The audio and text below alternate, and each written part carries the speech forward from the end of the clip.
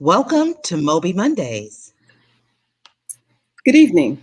My name is Yvette Moyo, and I'm the CEO and founder of MOBE, Marketing Opportunities in Business and Entertainment. For those of you who are having your first experience with MOBE, I'm just going to give you a little background, and then I'll introduce our fantastic moderator for this evening.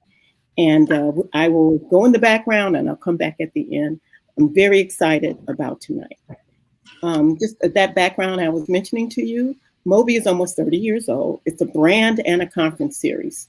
And the brand has stood the test of time because one of our notable cultural practices was to make sure that when people came to our conferences, they looked for opportunities to do business with other people at the conference. And after about 5 years, we began to count the number of what we called MOBE deals.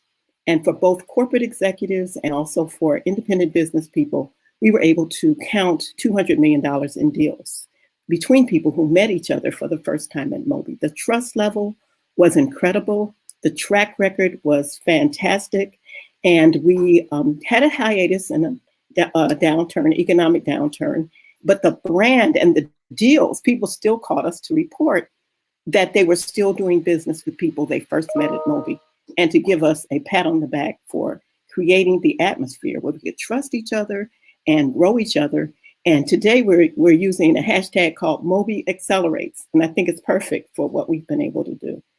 That's the background of MOBE, and tonight we have this fantastic conversation that I'm happy to introduce, and it is women in advertising. I started in the business doing door-to-door ad sales for a Black business publication. And that publication in 11 years grew to be competitive with Black Enterprise magazine. I left there as vice president and director of sales, and I called on clients in Madison Avenue. I had automobile clients and so many other experiences with many of the women that are on this series this week. And every day this week, we're going to feature another aspect of women in advertising. But tonight, this is a MOBE Monday on a Tuesday. The title is Women in Advertising, Power Players Transforming Madison Avenue. And our wonderful panel, our leader tonight is a wonderful young woman that I'd like to introduce to you. Before I do, we have a tribute to Carol H. Williams. And Carol H. Williams is probably the living legend in advertising, the highest ranking African-American female, the most awarded. And we want to do every day during this series, we just are honoring some of the women that you should know. Carol H. Williams Advertising is the name of her company, but she's just the most highly awarded veteran ad industry executive that ever lived, that's still living today. Carol H. Williams received this year, after 30 plus years as a creative leader, she received the Veteran Vanguard Award from Advertising Age, and she is also the recipient of the 2020 Matrix Award. Carol H. Williams started Carol H. Williams Advertising Agency after accomplishing a lot of firsts in the industry. And those first included being the first to reach great throughout. I encourage you to go to her website, carolhwilliams.com, to learn more. But tonight, in the spirit of Carol H. Williams, we introduce this panel. Again, our moderator is Ms. Kai Deveraux Lawson, and she uses her lifetime passion for culture and nearly a decade of experience in advertising to tell honest stories that shed light on the need for diversity and inclusion in the workplace. Her experience led her to launch the culturally focused platforms, Mixed Company Podcast, and her mykai.com. On these, she shares firsthand the perspective of a millennial mentor. Kai has been featured speaker for premier conferences, featured in trade and publications, and has been honored by numerous organizations. Ladies and gentlemen, it is my pleasure. Hi, everyone. I am so excited to be here. I think I'll share this anecdote with you all. I've officially reached my first decade in advertising as of 2021. And I could not imagine 10 years ago being on a panel with these legends and these amazing women that are here with you today, some that I've met along the years in my career, and some that I'm just meeting now, and just filling my circle with powerful players within advertising and along Madison Avenue is exciting. So I'm happy to be here. I'll jump right into the conversation. I'm going to ask any of you watching to please engage with us. I love when the conversation is not just panel facing, but if you have any thoughts, comments, or you want to tell somebody that their hair, their lipstick, their lives look good, make sure you throw that into the chat. I'm sure everybody would appreciate it. But let's kick off. The conversation is about power players transforming advertising. Power players transforming Madison Avenue. Black women, as you all know, have a legendary history in the advertising industry. From the creation of the Pillsbury Doughboy to secrets strong enough for a man but made for a woman, today women leaders are the most influential in advertising agencies. So what we're going to talk about today is how the disruption caused by the death of George Floyd last spring/summer, and also the turn of events that have created impact from the COVID-19 crisis. We're going to talk about how that shaped all of the progress and the impact, and quite frankly, the business and personal experiences of all of these women on this virtual stage with me this evening. And so I'll introduce by name each of my guests, each of my table conversation joiners today. And I'll have them tell you a little bit about themselves. I love to hear about people from their own words, because sometimes your bio seems a little stiff, and I know you all have exciting things that you'd like to share. So I'll start with McGhee Williams Osse, who is the co-CEO of Burrell Communications Group. McGhee, welcome to the conversation. If you don't mind, what's your elevator pitch? Tell us a little bit about yourself. Okay, yes, I'm McGhee Williams Osse and co-CEO of Burrell Communications Group. Actually joined Burrell in, 1986. Had always wanted to work in advertising. From college, that was my aspiration. And my parents wanted me to go to law school, but advertising was what I wanted to do. And I kind of won that argument, and really glad that I did. So advertising, I think, is so important to culture. And you often hear the terms that advertising is a reflection of culture and society. And I think the roles that we play have a lot to do with that, particularly during these times. So thank you, Kai, for having me. Thank you for being here, and thank you for winning that bet. We're glad to have you in the industry for sure. So I'm going to go across the top of my screen. Next up, I have Monique L. Nelson, who is the chair and CEO of UWG. Monique, I feel like I see you all the time, but also welcome to this virtual stage. We're basically dinner buddies at this point. How are you? Tell us a little bit about yourself. I'm awesome, and I'm so excited to be here with these ladies. I know them all, and they are all so awesome, and I'm just so happy to share this time with all of you. So, UWG is the longest standing multicultural marketing and advertising agency in the US. We celebrated 51 years in July. And our elevator pitch is, when I met Byron Lewis 14 years ago, he told me that this agency was about the soul of the brand meeting the soul of the consumer. And that continues to be how we look at the world, how we connect with our communities, and ultimately what fuels growth. So we are excited to be here. We're excited to be thriving after 51 years. And I'm honored to be able to carry a legacy and show that there is succession planning, that you can do it. and that Black businesses can absolutely live on in a way that allows them to thrive. Absolutely. Even beyond Black History Month. I think that's important to share, right? I do tell people we usually take Black History Month off. There you go. That's our respite. Amazing. Well, thank you for joining. I'm really excited to get to the conversation. Next on my screen, I see Ms. Shante Bacon-Cius, the founder and CEO of 135 Agency. Shante, welcome. Please thank you so much. Elevator pitch. Tell us a little bit about yourself. Okay, well, thank you so much for having me, Kai. You know, I'm a big fan of yours. I love me some Kai Lawson. If you don't know, find out. I love all these women on this panel. But I am Shante Bacon-Cius, proud Black woman, proud Jamaica Queens native, proud New Yorker, proud HBCU grad, and proud Black entrepreneur, agency owner. And my mom wanted me to go to law school as well. I won the battle. I wanted to go into the music business, and she was like, "That's not real. I want you to go to law school." And I was like, "It is real." So after an 8-year tenure at Def Jam Records, I started my own agency in 2005. My business partner is Saptosa Foster. Again, if you don't know, a quick Google search will unveil all her awesomeness.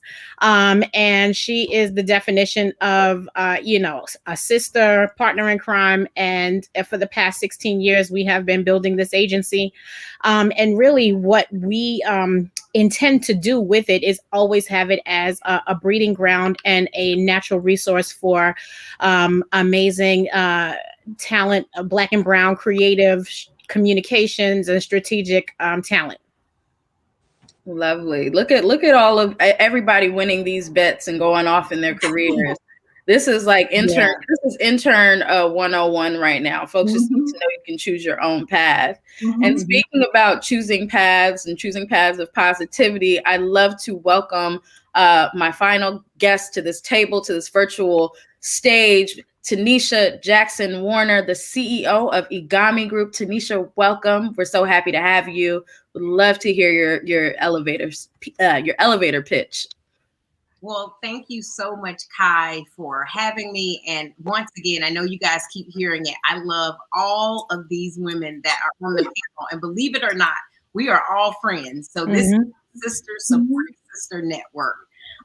In terms of who I am, so Teneshia Jackson Warner, I wear many hats. I am the CEO of Egami Group. I'm a wife. I'm a dreamer. McGhee, unlike you, I can't say that I even knew what advertising or the world was. I mean, I'm from Alabama, a Southern girl. So my first job out of college was actually with IBM Global Services. And I was there for about 5 years. And then transitioned out of that, hated corporate America and wanted to get close to culture. I landed an opportunity to work with Kimora and Russell Simmons. And after working in hip hop for about 4 to 5 years, I actually missed corporate. And I was really just searching, is there a connection point between hip hop and corporate and connecting the two? And aha, Egami Group was born. And so we are an integrated communications agency that connect brands to diverse culture through our 3 core pillars of community, culture, and cause. In terms of our elevator pitch of really what makes us different is we're really known for our purpose-inspired work. So think big campaigns that's driving meaningful impact through purpose in multicultural communities. And I am thrilled to be here for this conversation. It's going to be a great one. And I'm hearing so much here. And so I already know that based on your elevator pitches and based on this conversation that we have coming up, you guys are going to share some great advice about sustainability in this business, making it through hard times, and also how to pivot. So I'm excited already. So let me go ahead and jump in by setting the scene. I don't know if anybody can remember back to January of 2020. It literally feels like its own decade ago. Yes, Lord. I'd like to see if we can take a step back and get a sense from each of you before the onset of COVID-19. back when we thought the only thing we had to worry about was a first impeachment. What were your business priorities at the time? What were you focused on, or perhaps what might you have been looking forward to in 2020 in regards to your leadership and your business? And let's start with Teneshia, since you were already speaking. I'd love to kick off with you. Well, one of those sayings is you need to be very careful of what you put out in the world, right? And so I remember being so excited, cascading the vision to our Egami group team. And our theme was really around reset, recalibrate, and rebuild. Little did I know I was putting that was going to ripple. Right. Recalibrate, rebuild. So I was actually speaking about that from January. And it was really looking inward at our agency with the focus to really strengthen from the inside out. It wasn't until months later in the middle of the pandemic that I had a conversation with a dear friend and executive over at Delta Airlines. And she said, Teneshia, our industry has been hit so hard. We simply try to reset and calibrate. And I was like, Lord, did I ask for this? On behalf of the world. Now the entire world is resetting and recalibrate. So that was our theme going into the year. We had a pretty amazing first quarter. We landed a pretty large retail account, a large beauty account, a large financial sector account.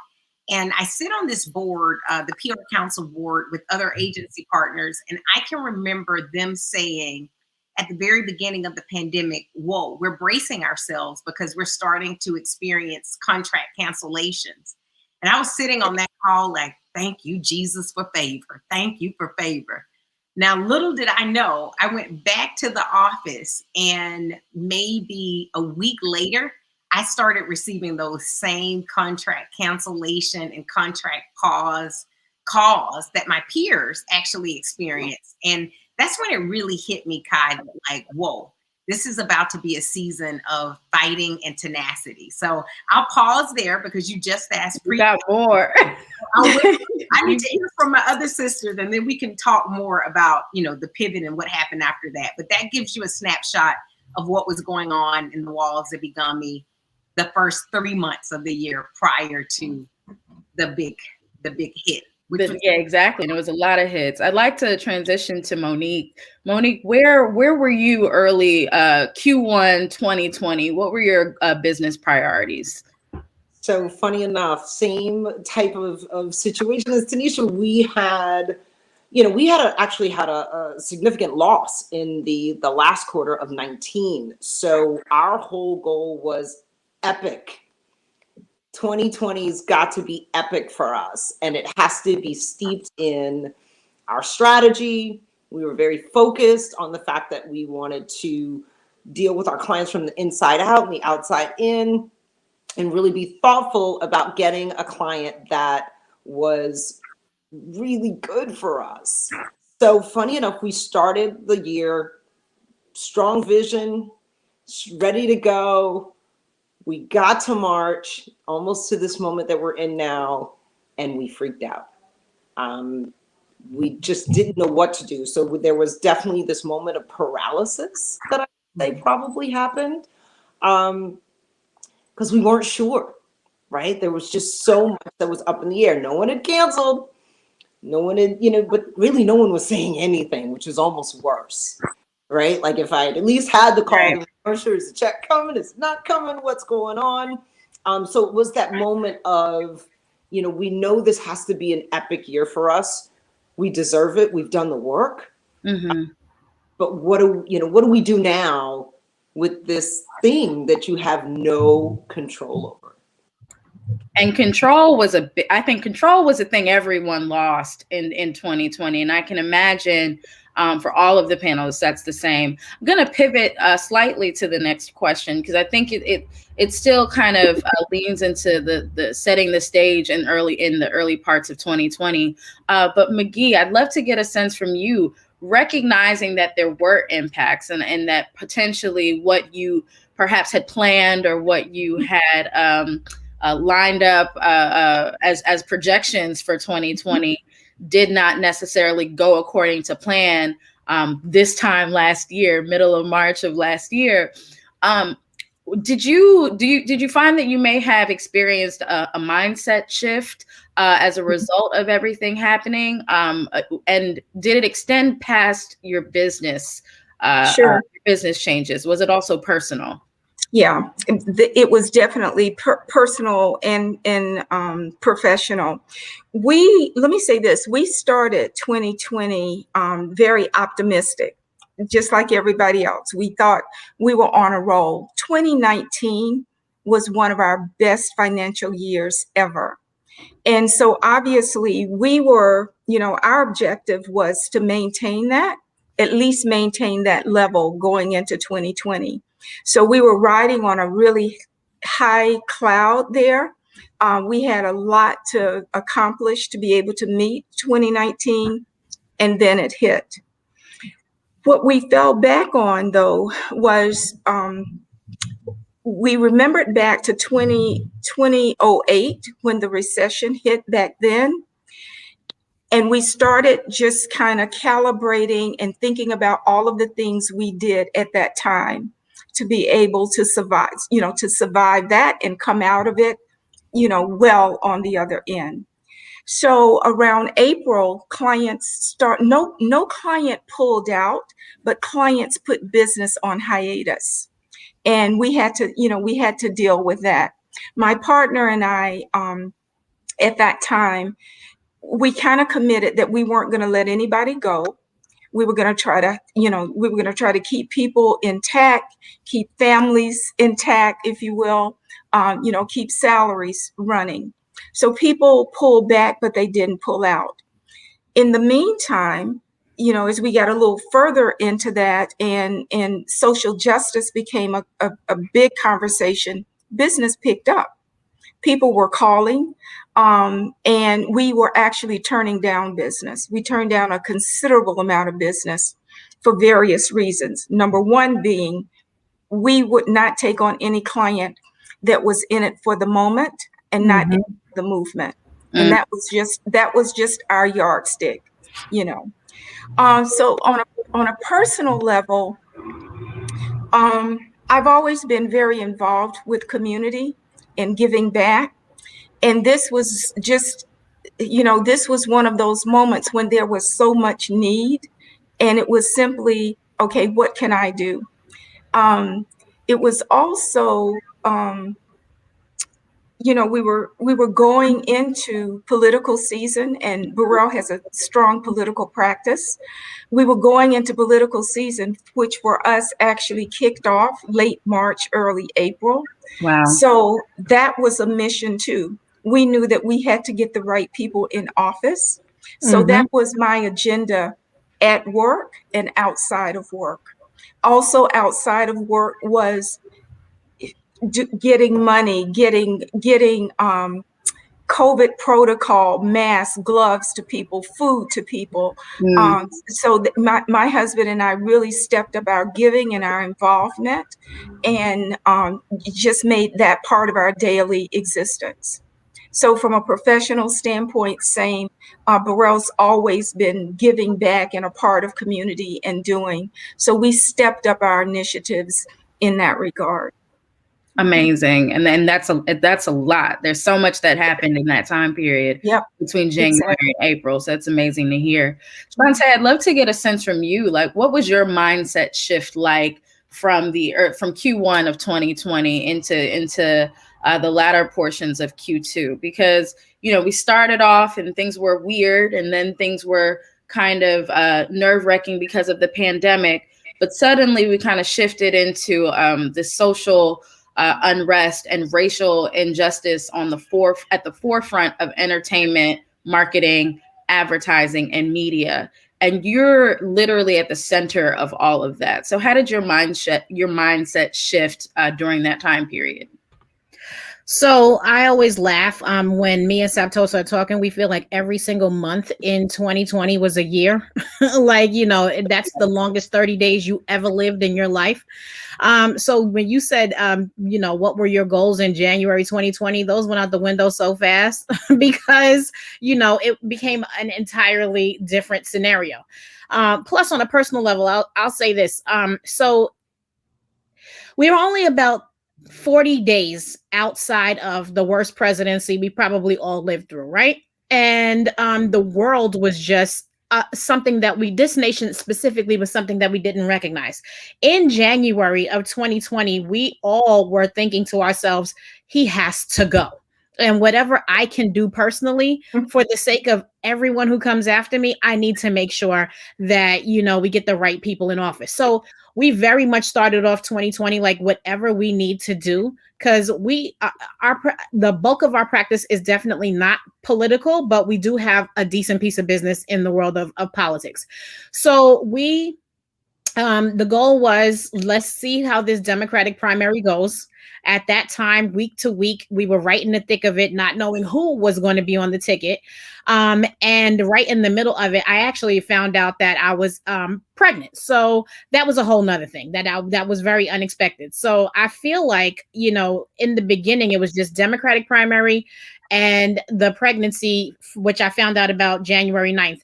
And at that time, I was just thinking to myself, you start to see the world completely different when you're about to bring a life into it. Like, okay, now it's not just we really need to make sure the right person is in office. You're thinking about the kind of world that you're going to leave for this person. So once the pandemic hit, now you're thinking to yourself, I can't go to a doctor's visit. I can't have a person over to the house. We can't go to the store. You can't go to CVS or to the supermarket. So now you have a whole other issue going on. And then the death toll, which creeped from, 100 to 3,000 to 30,000 to 300,000, weekly. That's another thing that's constantly on your mind. So after a while, we're in a phase of I want to say survival, really, because, your business is not that it's not at the forefront. You're in business to make a profit and to be in business. We had made a commitment to not let people go as well, that we were going to nip and tuck and do whatever we had to do so that was not going to have to happen. January and February feels so much like a blur. And then when March 13th came and the lockdown came, everything was really still and quiet for about 2 to 3 weeks. And then we started to get the calls of people saying that the budget was cut or the cancellations, like we're going to put you on hiatus. And, I don't have another way to describe it, but to say we were oddly calm. Freaking out was not where we were. We were like, okay, we are going to remain incredibly still. Always prayerful, but on a whole nother level of awareness, because at that point, we didn't know what was going to happen with the pandemic. You've got family members. Those are always your priority. Getting through that kind of time frame. The economy is rocked. The, investments that you have made and everything that you thought, whatever was up was now down. And the world was upside down. So we were really calm and just like, let's just see what happens. The news was there's PPP loans, there's this, there's that, blah, blah, blah. And then George Floyd happened. And that was another moment. It was like, right in the middle of all of that happened. And then it was a massive influx of new business, but not just an influx of new business. It was the same clients that we had been beating the door down for the last 10, 11, 12 years saying, we really need, it's okay to always be seeking, visibility, awareness, and press coverage from urban media, but you need to pay respect to the community. They are not just there to be your customer and your conduit to sell something. You need to pay respect to these people. They cannot raise their business on your hopes, dreams, wishes, ambitions, and, hopes and prayers. That's not how this works.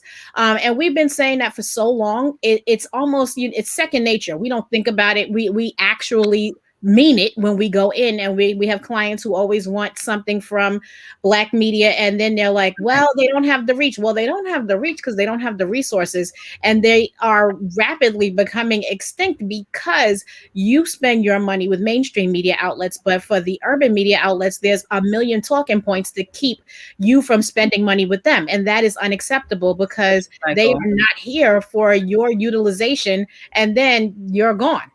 Right. So every single one of those clients came back and was like, we want to be better. We want to meet the moment. We hear everything that you've been saying. And, you know, the cynical side of me feels like a lot of these clients and brands came to the table because they didn't want to get dragged, right? Mm-hmm. Black Twitter was super aware of who was doing what, and they were calling people out left and right. And they were like, what Black people at the top here? How much money are you spending here? What's behind that Black Lives Matter poster on, or that homepage on your site? So people were getting called out left and right. So there's a part of them that wanted to definitely make sure they avoided that humiliation. But there was also a lot of sincere people, executives, CEOs who were like, no, I like, this is a function of the CEO, which we had been saying for years. And that is, you know, obviously this is not a secret to anybody on this panel, that my biggest issue with the diversity industry is that it takes, it becomes a protection for CEOs that don't want to prioritize diversity themselves. Right. If you made it a mandate and something that had consequences, and if people did not hire diverse or spend their money in diverse places, that it would impact their bonus or their job or their ability to move up in the company, then you would see it. But when it's one person as an internal advocate who barely gets on anyone's schedule and doesn't have any signing power, budget, a P&L that they run, you know, you're setting that person up. There's not a lot they can do. There's not a lot they can do. Like a company that really believes in diversity has a CEO that is championing it just as much as they are everything else. So I wanna pivot, Shante, because you're saying something that actually leans into my next question, which is for Monique. And Monique, I know you're here with us for a good time, not a long time. So I'll throw this one to you, because I think, as Shante, you're mentioning that inclusion actually has to be at the helm of the CEO role, and the CEO actually has to embody what that means so that it can kind of permeate throughout the business. Monique, you did something special last year that really, I think for me, it was just kind of like, wow, like where are you finding this time and where are you finding this energy? But at the top of the pandemic, you made it your business to actually yourself call each of your employees individually to check on them, to actively see how they're doing. And much like Shante is saying, like, that's what we want to see from our inclusion leaders, but it's even more powerful when it's from our CEOs. So where did you find that kind of, I don't know what energy drink you were drinking or what kind of prayers you were saying, but where did you find the space to be able to open your heart and your energy during that time when you were going through all of this on your own as well? Well, I think that was it, right? Like I was in this, internal freak out, but I didn't need anybody else to feel that way. Right. Mm-hmm. Like I wanted, to that point, I wanted Shante's calm, and I wanted them to know that we got you. Right. We didn't want to lay anybody off. We didn't want to but I needed to know how people were doing. I needed to understand it. I needed to hear them. I needed more than just a check-in or an email.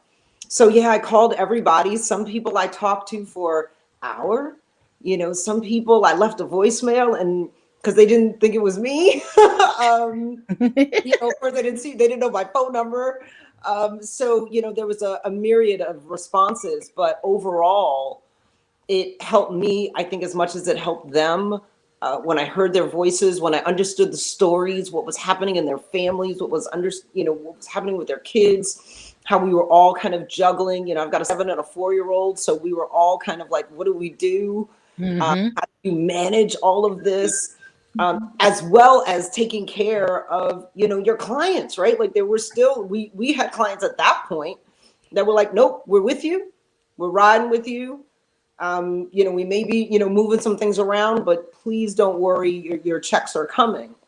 And I needed to make sure that the team understood that. We may not be growing this year, but you're going to be here. Mm-hmm. And I want to know that that we care. Please take time, take space, and understand that this is epic in a way that I did not mean when I wrote that in my design for 2020, but that we would get through it.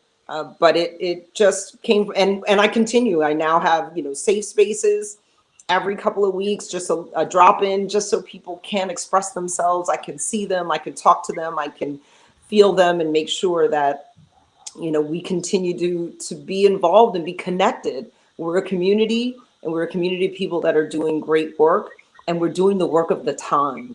I'll just end and say, I have to say, for all of us, and I think we've all kind of expressed it in one way or the other, if we never knew our purpose, it was for now. Yeah.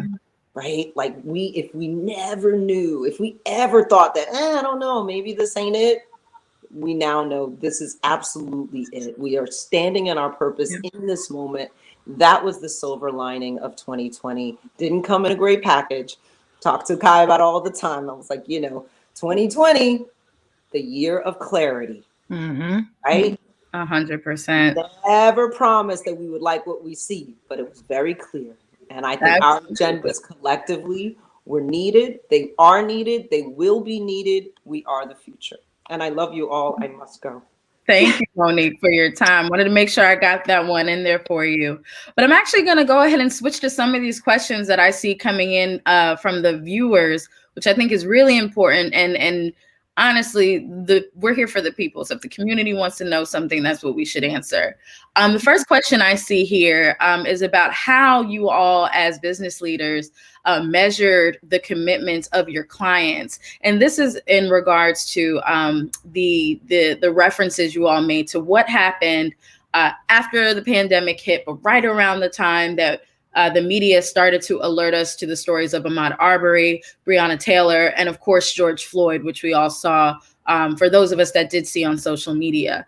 So everybody wanted a black square. And McGhee, you mentioned everybody's not going to get a black square if you're just here for that moment. Absolutely. Right. So I'd love to get a sense from you, McGhee, specifically. Sure. How did you measure your clients' commitments, those in it for the short run and those not, and those in it for the long run? Sure. And when people called and said, we need an ad response, that was the first clue that they weren't serious. If you needed an ad response, that was the first. Who made the call to us? If it wasn't from the C-suite, if it were a junior brand manager, an associate brand manager calling, to solicit help, that was a clue. Spend, when we would ask, well, what are you looking at spending? But the critical thing was, what is your intention? What is your purpose here? What is your intention? And if people couldn't say to us that, well, we're looking at, we need help from you to build an initiative to make a difference. We want to make a difference. If it were just about having conversations or putting the black square out there, you could certainly tell that based on who originated the call, what the spin was, if it was an initiative, long-term or short-term, and, just overall, generally the commitment. So those were the ways we were able to tell if people were really serious about this or if they were just trying to claim a seat so that they wouldn't be chastised through, through the whole that period. Absolutely. Teneshia, did you have a similar experience with clients at that time, out with any outreach to try to see if they could become culturally conscious and not necessarily being there for the long haul? Absolutely. And the one thing I just want to say, with all of us on this call, I know you all probably heard that none of the CEOs on this call released a single employee. And it looks like we all can say in the midst of a pandemic, we not only survived, but we all thrived. So the surprise of doubling the size of our team, ushering in 13 new logos, McGhee, we experienced exactly what you did as well. It got to a point we had to start saying no. No. So some of the things that we looked at with the calls that came in addition to things that McGhee mentioned, we also wanted to kind of see what was your proven track record prior to the global social awakening. Did you have a track record in this space? And for us, we had long-term partners like a Procter & Gamble that we were probably in the 13th year of working with them on My Black is Beautiful. McGhee, I'm looking at you smiling because we shared. Yeah, we're probably around 16 or 17 years on My Black is Beautiful and 38 years with Procter. Yeah, so it was wonderful to have clients where we wanted to see, show us your receipts. And we want to make sure that you have a proven track record in your minority business enterprise spend, in your programs internally, in your campaigns prior to this moment. Now, this was not that a total no if we really felt someone came to the table with a genuine desire of where do I start. But you can really, this was about being very strategic and having a scorecard to assess who is worthy of our time, that they really will be our partners in purpose in the movement. And if it took more than 3 meetings for me to convince you of the why, or, you know, you still need support selling it in, we basically said a lot, you're not going to be the right fit for us. And definitely you're not the right fit in this season because there's too many players that are genuinely up for this moment in time to change history. So those are some of the things we looked at. Always check for the receipts.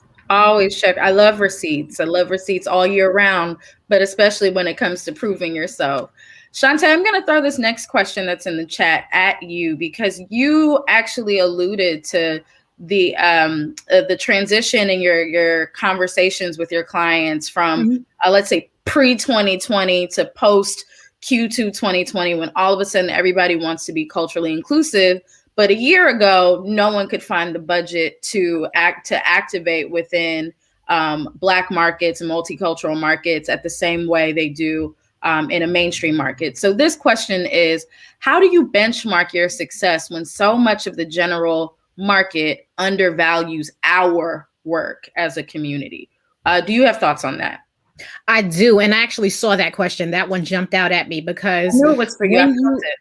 When you are in the trenches and you are trying to not convince, but just enlighten a client to understand that there are other valuable segments of our community that are not famous, that, you know, there's a big respect that mainstream media has and mainstream and corporations have for A-list celebrities, right? They all want to be in bed with a Jay-Z, a Beyonce, LeBron James, Kobe, all of that.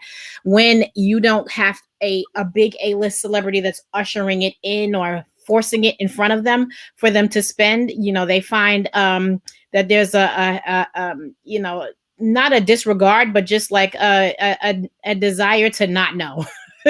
Like they don't, there's not an interest in, you know, who are these media outlets that you get started on. It's kind of like, you know, the starter media, and then we move on to everyone else. And so I think that the way that we value it for ourselves is if we have a client that we've been working with for years, and I'm not, you know, calling out any specific client here because I feel like every single one of them have made progress. But there's some people who they had their automatic stump speech whenever we would say we need to be investing in Black media. And they had, I mean, the everything from, oh, no, it's church and state. We can't get involved in that. Oh, we don't have anything to do with that. Oh, this is the PR department, this and that.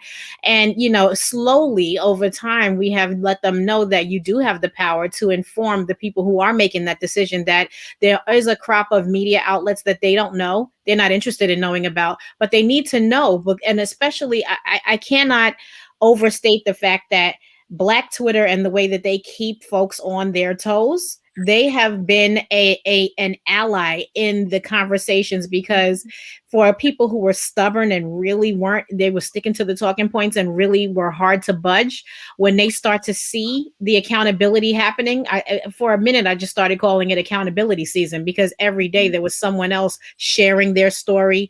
And, there was, that helped them to become, a little bit more aware of what they didn't know.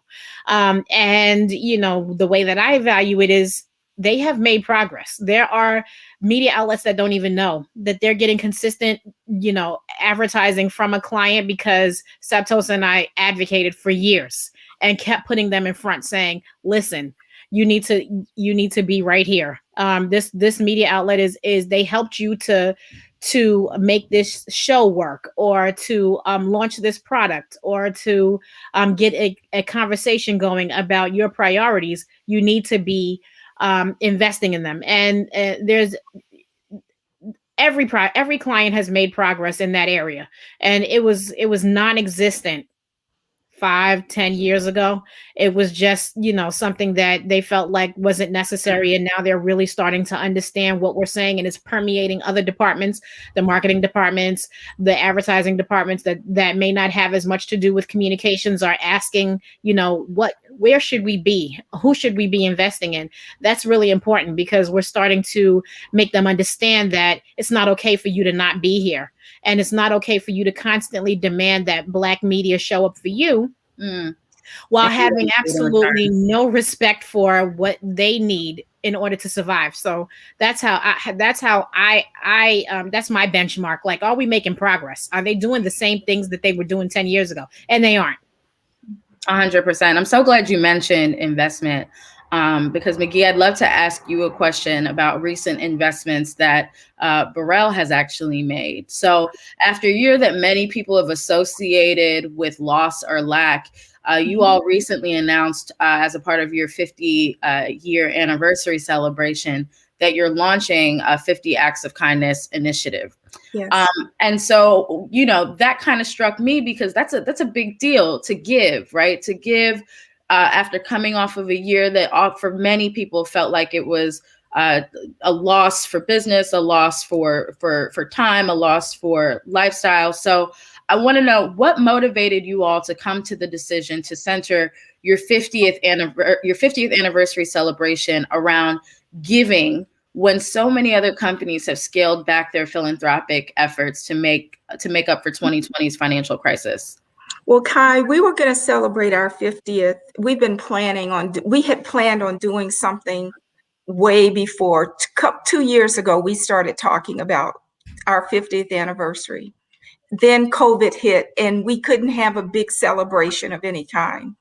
And given what was going around, happening to the families and friends and neighbors, it just seemed to make sense that instead of something that's frivolous and going to last just a couple of hours, whether it's on Zoom or whether it had been in person, why don't we take the resources that we were going to spend on this and just give it back to the community? And this idea really did come from our employees. They brought it to us. They said, you know what, why don't we do something that's giving back? Why don't we, as a part of our legacy, this legacy, which has been a part of our DNA, giving back, doing things for the community, let's take this opportunity to do that. So it really came from the heart of our employees, and it was just within keeping with our DNA. It just made all the sense in the world to give back to those communities that have stood by us for 50 years. Supported us, taken pride in us. They look at our work and they feel pride. They see themselves. Tom Burrell started this whole thing because, on the premise that Black people are not dark-skinned white people. And people for years and years have just appreciated what Burrell has done to uplift the Black community and spread a positive light on it. So what better way for us to celebrate than to continue in that tradition of giving?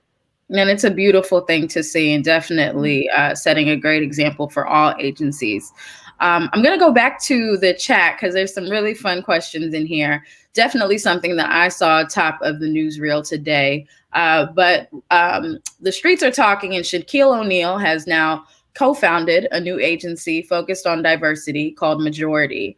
It looks like folks want to know, with Shaq entering the advertising game, do you all have any thoughts on that, and how this could impact the industry in either a positive or another impactful way? Well, I'll start. I wish them luck. You know, having been around this corner a time or two, it's not easy to start an agency. What I will say, over the last 10 years, we've seen the demise of many Black agencies. You know, we're just down to a handful now. And so I'm happy to see anybody come into the industry. I think, you know, maybe it will just make us stronger as a network of Black agencies. Yeah. I don't feel threatened. I welcome them into the arena. It can only make us stronger. Definitely. So speaking about making stronger and being stronger, Teneshia, when Googling you and trying to find out a little bit more about you, I got really excited because you're all about purpose. And even as you talked about your roots in hip hop and trying to figure out a way to marry hip hop with the corporate space, which seems a lot, which is a lot to do. It seems like you have a focus on purpose.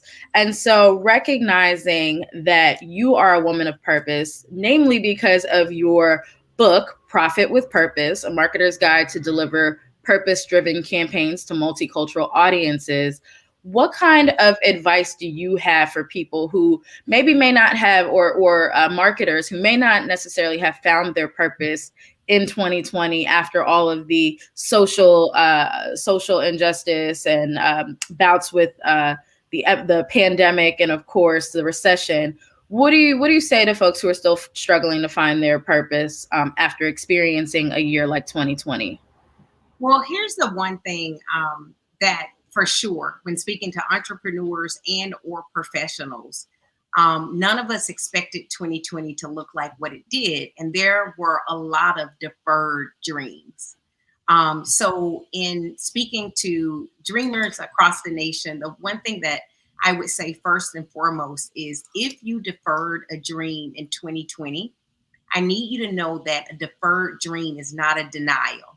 You can't even look at it or process it like a no. There's so many plans that I thought I would be doing. My second book, The Big Stretch, launched at the end of 2019. I thought I would be on a book tour. All of that was gone.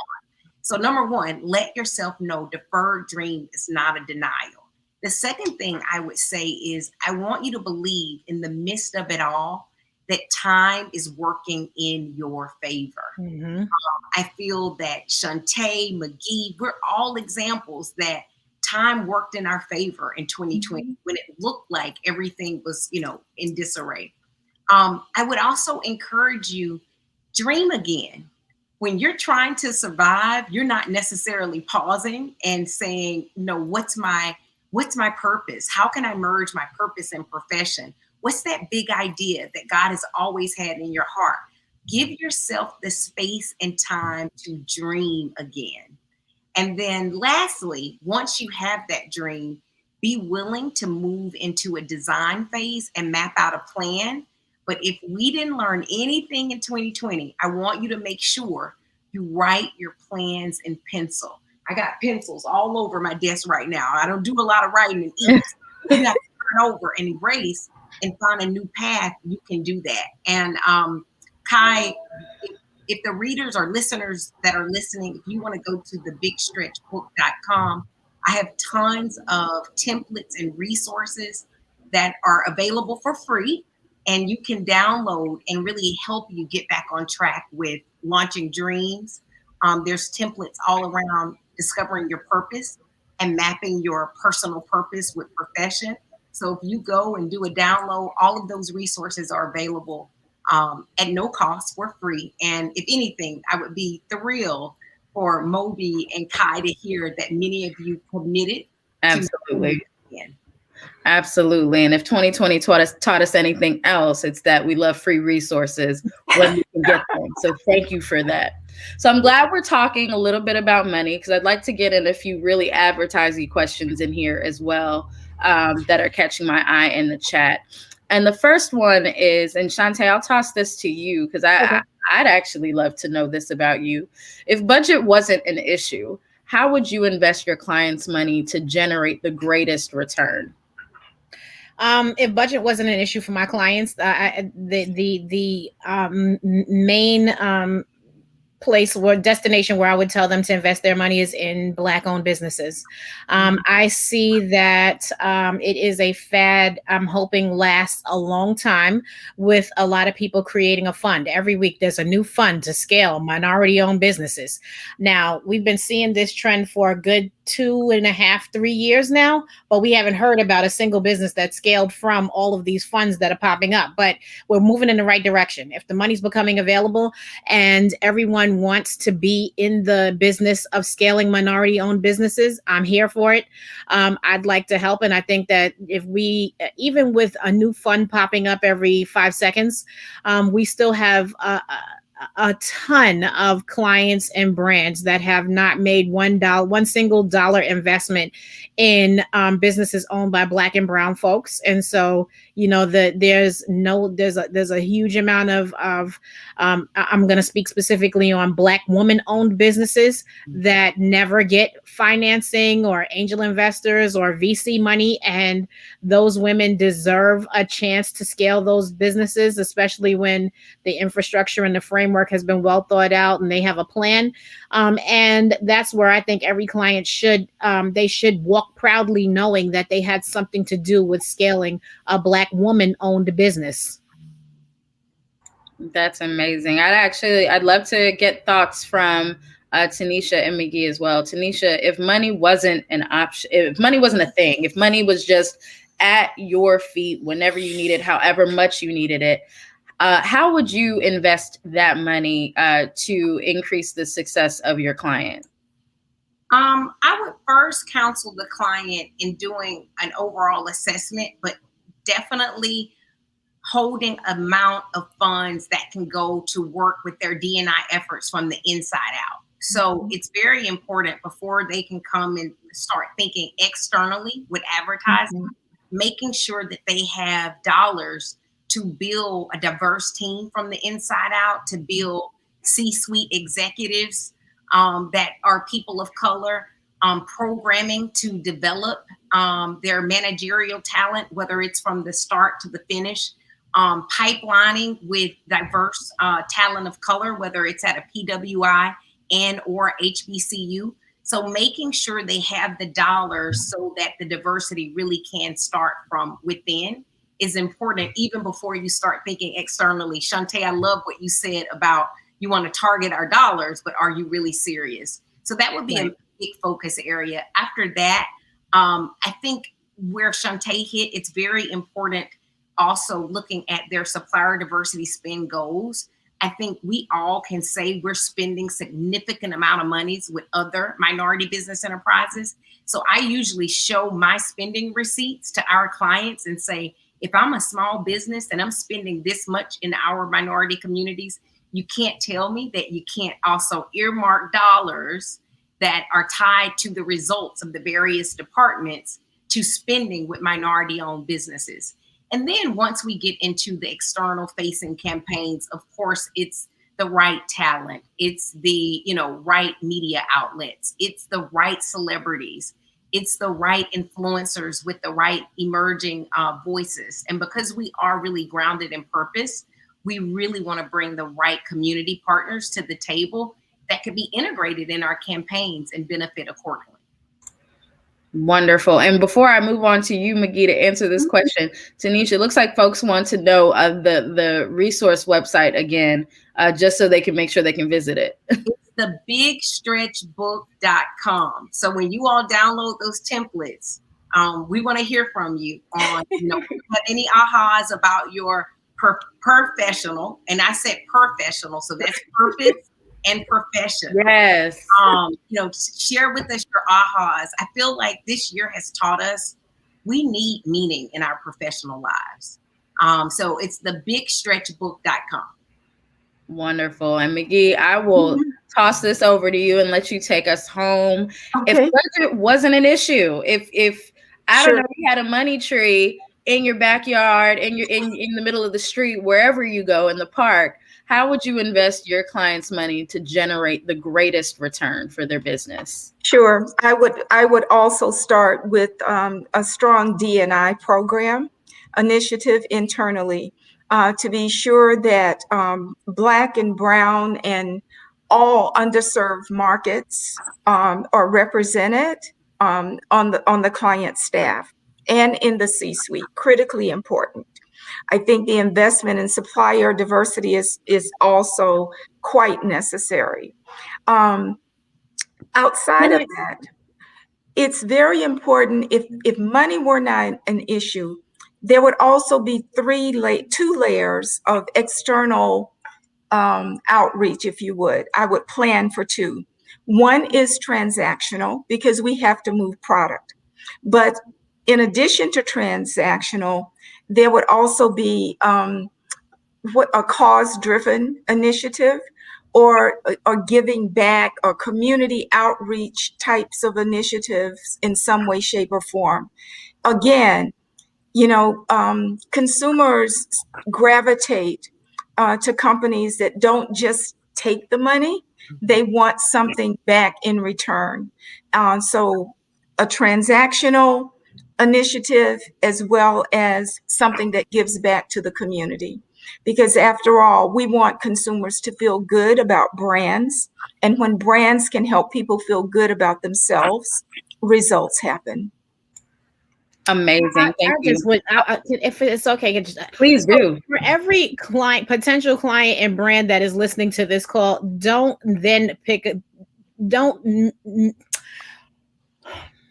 okay, I'm really going to try to. This is live.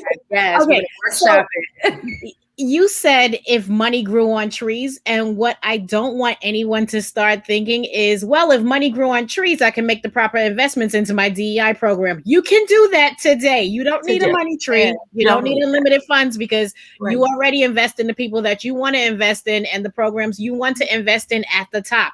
The money tree conversation is philosophical. It is not meant to be used as a new excuse for why you can't make your DEI program everything that it should be, and set real benchmarks and goals, and do things other than booking panels at conferences. So that's really it.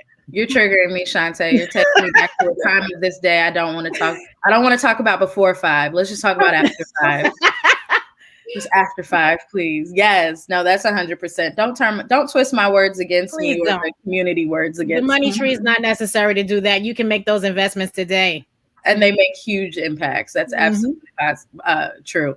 So I like to end all of my conversations with people being able to celebrate themselves. Oh, I know I'm echoing, but I like people to be able to celebrate themselves, talk about something that has them excited, or quite frankly, tell us where we need to go spend money with you to keep you all moving forward in your success. So, Shante, I'll start with you. What's been the one or two game-changing things that have happened to you personally that you'd like us to celebrate on your behalf? Is there anything we should be keeping an eye out that's going on with you? Yes, absolutely. So being a new mom, he just turned 6 months on Friday. He's the love of my life and my booski. I'm celebrating that personally, and as well as everyone in my life. But that's worth a shout out. Also, Saptosa and I launched a podcast to be a resource for all of the conversations and the questions that we get whenever we have speaking engagements, or people who are on our staff, used to be on our staff, from clients. And it specifically speaks to Black women in business and entrepreneurship. It's called Step Into My Office. podcast. We have a good time. And we have a lot of new episodes coming up, but you can download it wherever you get your podcasts. It's produced by a Black woman-owned firm called Verse 2 Media. It's Danya Floyd, who was the showrunner for Essence Live. And, you know, her and I, by the way, were Hampton University graduates. And it's just, you know, we want all the, we listen to it. We really do take into account every single question, piece of advice, a problem that's shared with us, and have the conversation, because there's not a lot of places to go. Like, for example, one of our episodes is, why do you keep hearing from investors that they don't put money into service-based businesses, right? Like, how are you supposed to scale your business? And there's a whole conversation. We have an expert who comes on, and she advises from an insider perspective of why you keep hearing that and ways to get around it. So that is another thing that we're celebrating.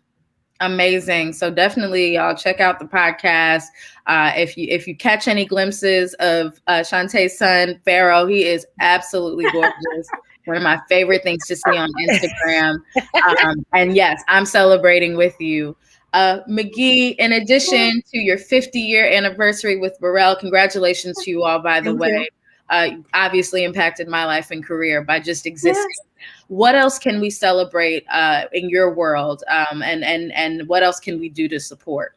Sure. Well, our celebration is a year-long celebration. So you'll hear more about it as we partner with more community organizations and do really kind things for the community. So that's a year-long celebration. From an agency standpoint, we are venturing into some new sectors. We're venturing into public affairs, again, kind of in line with our political practice, which is growing. We're really pleased too, and we're celebrating a couple of our key creatives, particularly our chief creative officer and one of our creative officers, for they're going out in the community, spreading the word about advertising, actually working with young people to get them interested in advertising, the creative end of advertising. They're actually coaching and training them. So, you know, we are trying to keep the pipeline open and keep people coming to the industry. So those are things we're celebrating from a company standpoint. From a personal standpoint, several months ago now, when people were, you know, feeling the pressure of the times, everybody was saying, well, what can we do? What can we do? So I have co-founded with a couple of other Black women an organization. We're getting it off the ground called Multi-Generational Black Women for Change. And this is strictly for people that just want to do something. You know, it's you know, people were just saying, I just feel like I need to do something. So we were coming up with very small things that people could do to make them feel involved and that they were making a difference. So we're hoping to get that launched and off the ground this year. I'm so happy to hear and can't wait to hear more about it. Teneshia, let us know, what else can we celebrate that's going on with you? It sounds like you had a new book come out at the end of 2019 that we should be taking a look at, but what else can we support? How else can we celebrate you? Teneshia, you are on mute. I don't know if you, there you go. So I'll start professional and purpose. They're kind of intertwined for me. At our core, we activate purpose to drive impact in the world. So if you're a brand, egamigroup.com, like, we are basically striving every day as a team to make the world a better place for people of color. And we're fortunate enough to do that through our campaigns, our work, whether you're CPG, financial, healthcare, all of the programs kind of ladder back to making the world a better place for people of color. And then if you are an individual and you're looking to activate your individual purpose, all of the work that I do under the Dream Project, and with this latest book, The Big Stretch, that's really designed to support you as an individual, whether you are a professional or entrepreneur, to map your purpose out and activate it in the world. So those two things are the pillars of where I would push you. Egamigroup.com to join us in our mission to make the world a better place for people of color, or for yourself personally, committing to doing the big stretch, which is a 90-day action plan that is all for you to activate your purpose. Kai, you're on mute. Of course I am, because this is technology in the new year. I was saying I'm not the kind of moderator that doesn't celebrate herself. So you guys can also support all of the things that I'm doing by following my podcast, Mixed Company Podcast, on all the social media channels at Ask Mixed Company. We just released a really, really, really dope episode this evening. So check that out and follow my blog. And you can follow me as well at My Life of Kai. I'm everywhere. I write about all the things I see, all the things I experience. And if you just like traveling and working and just being great in your life, you definitely have a lot in common with me. And I'd love to share it with you. So thank you all, McGhee, Teneshia, Shante. I know Monique's gone, but Monique as well. Thank you for joining me in conversation. MOBE, thank you for this opportunity. And Yvette, welcome back. Thank you. Thank you so much. Thank you so much. Kai's podcast is amazing. If you have not had a chance, please check it out. I've been on twice. I love it. We have a good time. It is always a good time. And I just love the love. I am. Yeah. So this has been great. Thank you so much, Kai. Thank you. Congratulations for your 10th anniversary. It's been such a long time for me. I don't know. And on your podcast, we've been talking about one of the things I want to say, having been in the business for over 40 years myself, Black ad agencies create the opportunities that nobody else creates. Whatever you love on TV, your favorite commercial, your favorite movie, the movies can't even get on without advertising. And these people are advocates for everything we love about our Blackness. And they're able to create a business case to their clients, which is not easy. And we've heard today, the implication is that some of those clients, even that have been on, have not been woke until now. And now they're realizing and listening with a new ear. So what McGhee said is that many of the Black ad agencies, at one time there were many, there were 10, 20 viable agencies all over the country, and they're just gone. They're gone because of the lack of commitment and the lack of willingness to return an ROI to Black people. And so we have to act like our dollars are like the vote. Don't spend if you don't see the brands you love represented by some of these Black-owned companies. You have choice. And so I'm saying that to the people that are watching, and I'm saying to you, I bow down to you guys for finding the way to find the money to the things that are important. So I'm saying that to the people that are watching. I'm saying to you, bow down to you guys for finding the way to find the money to the things that are important. So I'm saying that. You switched over already? All right.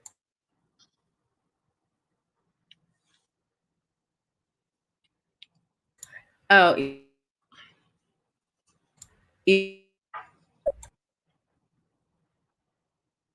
So I'm going to sign off.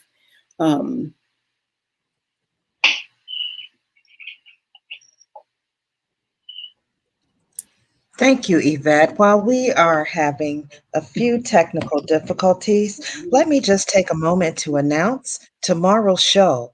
Continuing on with our theme, Women in Advertising, we'll be speaking with creatives about how the storytelling is changing. In our connected digital age, ads have to level up to rise above the noise. Our panelists will take us through their unique approaches to storytelling that have led to campaigns that have captured audiences across the nation. These dynamic women will also share how they've crafted their story along the way, rising up as leaders and creating game-changing impact within the ad industry. Join us tomorrow, March 3rd, for Candace D. Queen, Creator-in-Chief of Tabernacle, who will lead the discussion with Deidre Rahman, who is the VP of Brand Strategy at Huge Incorporated, along with Valerie Graves, author, and creative consultant. Thank you, Yvonne. And to our audience, I will thank you for being here. I think I'm going to be put on mute, but I'm just going to sign off and say to these beautiful women that you are our heroes in the industry. Good night, everyone. Good night. Thank you. Thank you.